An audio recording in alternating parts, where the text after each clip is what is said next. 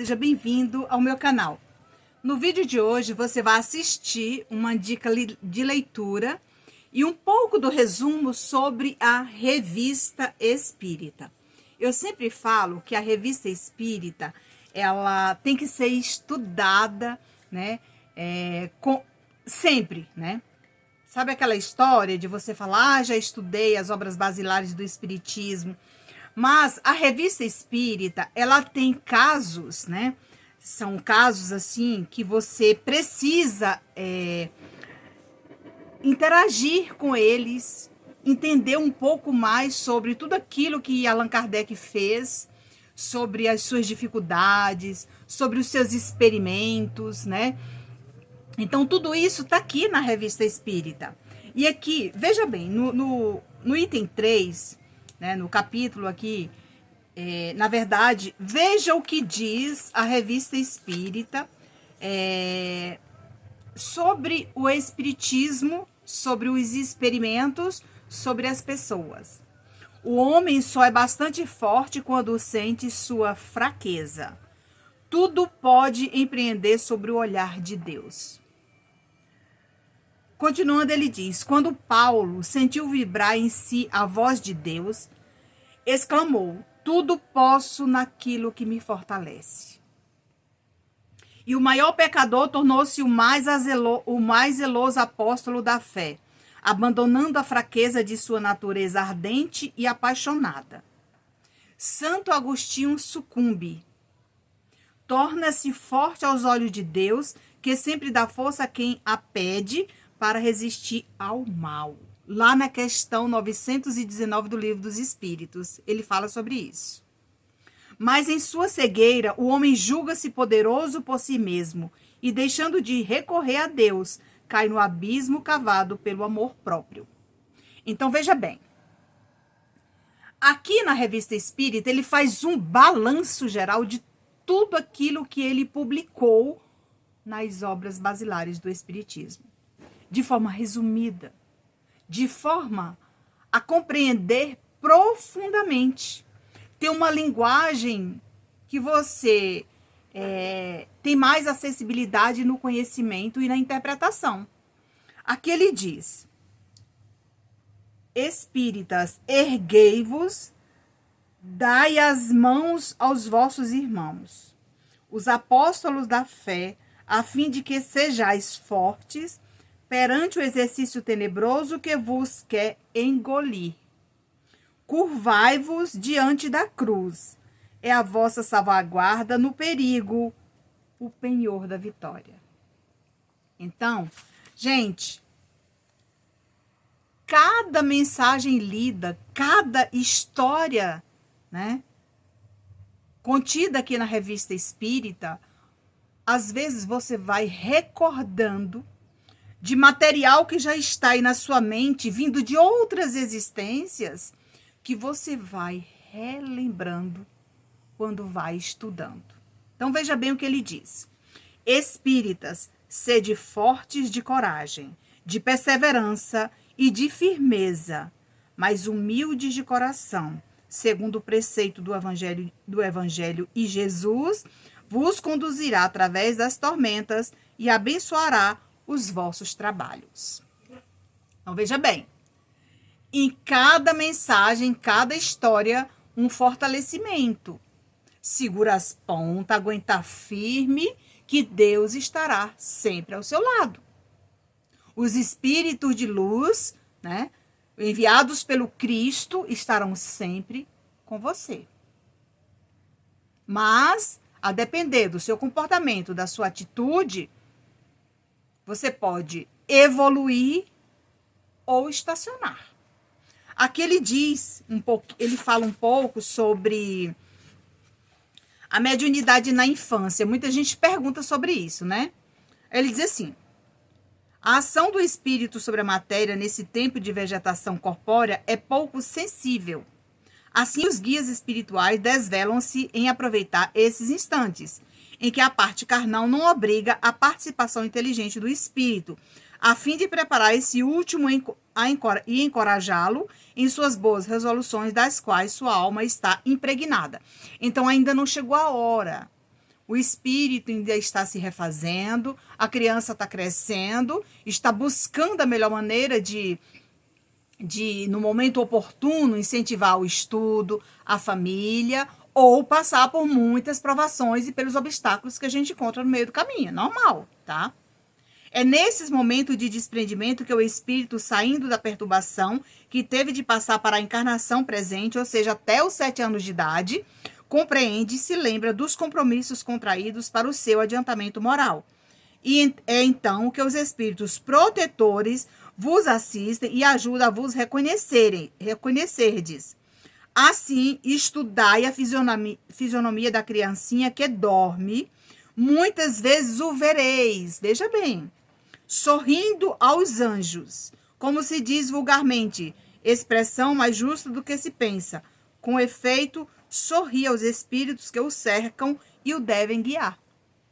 Sabe, aquelas pessoas dizem assim, olha, aquele bebezinho estava sorrindo, dando gargalhada muitas vezes. Mas se você olhar a fisionomia do bebê, tem uma fisionomia de um espírito ali que está preparando aquela criança. Vamos ver um outro item. Ele diz assim, obras-primas por via mediúnica, questões e problemas, né? Tem muitas questões, muitas validações, muitos problemas que a gente sabe que existe por toda parte. E veja o que diz Kardec aqui na Revista Espírita. Porque os espíritos dos grandes gênios que brilharam na Terra não produzem obras-primas por via mediúnica, como fizeram em vida, desde que nada perderam em inteligência. Então, muita gente questiona, né? Por que aquele espírito, né, que era um grande feitor aqui na Terra, não chegou no mundo espiritual e transmitiu de lá para cá informações? Que a maioria dos espíritos que transmitem fontes inesgotáveis de conhecimentos não foram tão... não foram pessoas aqui na Terra que deixaram um legado enorme. Às vezes um espírito simples, a gente vai lembrar do Luiz Sérgio, né, que chegou ao mundo espiritual e logo ele buscou a sintonia de médios para transmitir de lá para cá várias obras, né? Nós vamos lembrar também que o André Luiz, apesar de ter sido um cientista, né, ele buscou quem? Chico Xavier, para transmitir as mensagens e escrever as obras complementares. Então, nós vamos lembrar que teve muitos espíritos que têm aí uma infinidade de obras, né? E que eles não foram tão importantes aqui na Terra. Mas no mundo espiritual eles se prepararam, né, para ajudar os médios aqui na Terra. Então, veja bem a resposta. Estas obras, fora do comum, seriam uma prova de identidade adequada para convencer os mais recalcitrantes. Ao passo que os produtos mediúnicos assinados pelos mais ilustres, nomes quase não se elevam acima da vulgaridade. Até agora, não se cita nenhuma obra capital que possa mesmo aproximar-se dos grandes literatos e dos grandes artistas. E acrescentam alguns. Quando eu vi o espírito Homero, dá uma olhada Ilíada. O de Vigílio, uma nova Eneida. O de Cornélio, um novo Cid. O de Beethoven, uma nova sinfonia. Em lá. Ou quando um sábio como Laplace resolveu um desses problemas inutilmente procurados. Então, a gente vai lembrar aí da pintura mediúnica, né? Nós temos aí vários pintores, né? Que muitas pessoas dizem assim, eu recebi, me disseram que era daquele pintor famoso. Mas eu não sei, eu não confio no médium, não confio na médium e tal, e fica essa desconfiança, né? Então, na psicografia, acontece a mesma coisa. Veja o que Kardec fez aqui. Gente, isso aqui é como se fossem os rascunhos que ele recebia, validava e colocava aqui na Revista Espírita. Foram compilados várias edições. Então, aqui, entendeu? Ele lia, relia. Veja bem. Perguntais porque os espíritos que na terra brilharam por seu gênio não dão aos médios comunicações à altura de suas produções terrenas, quando de preferência deveriam dá-las superiores, já que o tempo decorrido desde sua morte deve ter sido acrescentado às suas dificuldades. Eis a razão. Quais são as dificuldades? A vaidade do médio, o orgulho, o egoísmo. Quanto, gente? Olha, certa feita eu estava trabalhando num certo ambiente E aí chegou uma pessoa, né, que disse que possuía todas as mediunidades. Mas estava cheia de questionamento, cheia de dúvida. Não, eu não preciso dessa ajuda aqui. Você vê, o orgulho, o egoísmo, tá ali guardado, né? Mas, gente, será se essa pessoa foi ali por acaso? Será se não foi ver aquele trabalho simples que ela precisava observar, que precisava olhar, né? Para entender, nossa, eu vim ver esse trabalho tão simples e eu tô aqui dizendo que eu sei fazer tantas coisas e não tô fazendo nada, né? Então é isso que a Revista Espírita serve para a gente exercitar a humildade, a benevolência, a paciência, as virtudes que enaltece o seu espírito, que arrebanha para a sua mente, para a sua sintonia, os benfeitores espirituais, porque as pessoas vaidosas, orgulhosas, egoístas, os benfeitores não procuram. Eles procuram, caso seja necessário, num ambiente que estiver necessitando da ajuda daquele irmão, ele pode até transmitir uma mensagem. Mas às vezes para testar aquele irmão. Vamos testar aquela pessoa, vamos testar a vaidade dele, vamos testar o orgulho dele, né? E aqui ele diz, para se fazer ouvir, é preciso que os espíritos atuem sobre instrumentos que estejam ao nível da sua ressonância fluídica. Não é o seu nível de conhecimento, não é os seus diplomas aqui na Terra. Às vezes você tem conhecimento suficiente, ainda que esteja ao lado de um médico, de um doutor, de um professor, e você não ter ali nenhum título nenhum, mas você tem todo o conhecimento, essa bagagem que você vem estudando e que você trouxe de outras existências. E aí alguém diz, nossa, por que eu não consigo aprender igual fulano?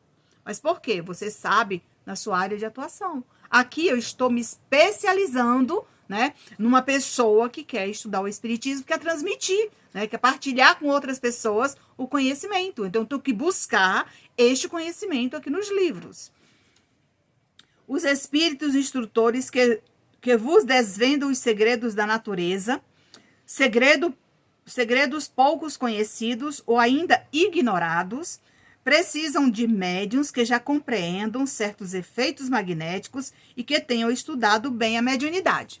Então, não adianta nada você falar que tem todas as mediunidades e você não saber como funciona a mediunidade de efeitos físicos. E para que serve? Para que serve a mediunidade de transporte? Para que serve a mediunidade de vidência? É somente para ver os espíritos? Não, ela tem muitas utilidades, mas se eu não estudar profundamente para que serve essa aptidão, eu não vou saber falar sobre ela mesmo tendo ela como aptidão na minha sintonia, no meu trabalho, com os meus talentos. Então, tudo isso, gente, é importante você avaliar durante o percurso do seu trabalho e da sua tarefa terrena. Continuando aqui,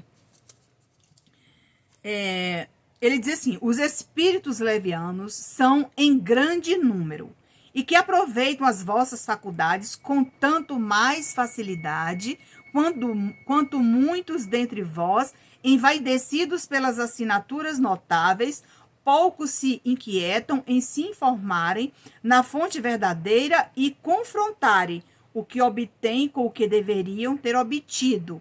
Regra geral, quando quiserdes um calculador, não vos dirijais a um dançarino. Viu aí?